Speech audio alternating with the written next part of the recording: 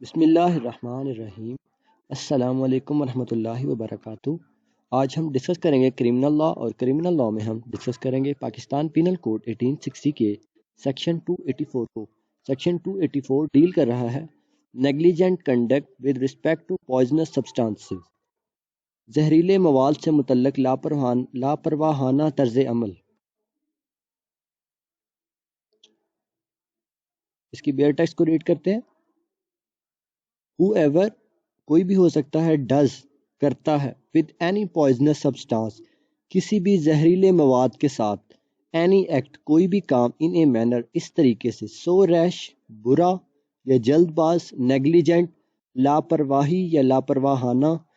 طریقہ، as to endanger human life جس سے انسانی زندگی کو خطرہ ہو، or to be likely to cause hurt یا جس سے دکھ پہنچنے کا سبب ہو سکتا ہو، اور انجری یا کوئی زخم وغیرہ، یعنی کہ کوئی چوٹ وغیرہ جس سے آ سکتی ہو، ٹو اینی پرسن کسی بھی آدمی کو، اور نوئنگلی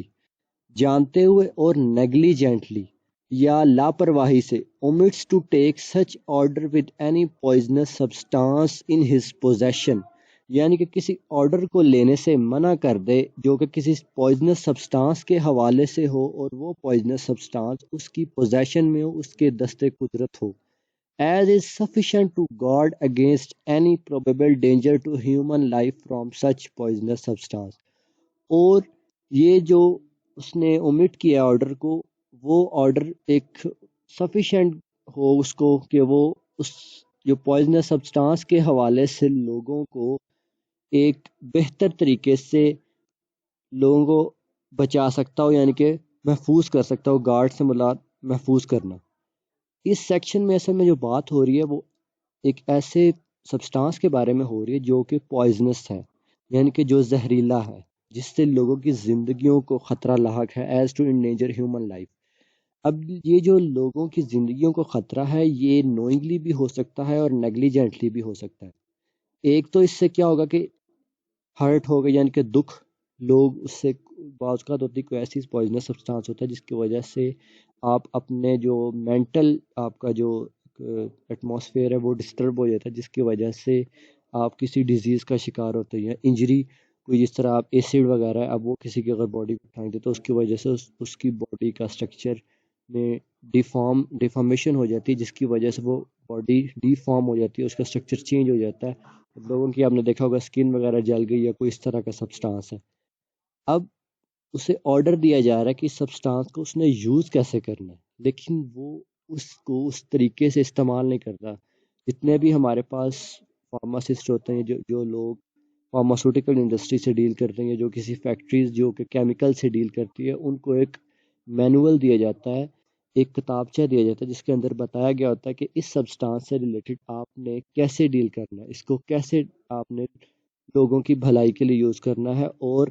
لوگوں کو اس کے مضر اثرات سے کیسے بچانا ہے۔ اگر وہ کمپنی یا کوئی وہ جو فیکٹری ہے وہ اس سبسٹانس کو اس طریقے سے استعمال نہیں کرتی جس سے لوگوں کا بھلا ہو، بلکہ اس طریقے سے استعمال کرتی ہے جس سے لوگوں کو نقصان ہو، یعنی کہ اس کو اگر انہوں نے کوئی چیز بنائی ہے، اس سے کوئی کیمیکل وغیرہ آ رہا ہے تو اس کو صحیح طریقے سے تلف نہیں کرتی۔ اب یہ دیکھیں، ایک پکچر میں یہ ایک سبسٹانس کو انہوں نے اوپن میں رکھا ہوا ہے، اگر خدا نہ خواستہ اس کو اسی طرح اوپن میں پڑا رہا اور کوئی اس کو یہاں سے اٹھا کر لے جاتا ہے، اس کو استعمال کرتا ہے اور اس کو اس سے نقصان ہوتا ہے، تو یہ ایک اچھا عمل نہیں۔ اگر اس سے لوگوں کو نقصان ہونے کا خدشہ ہے، اس سے انسانی زندگیوں کو خطرہ لاحق ہو سکتا ہے۔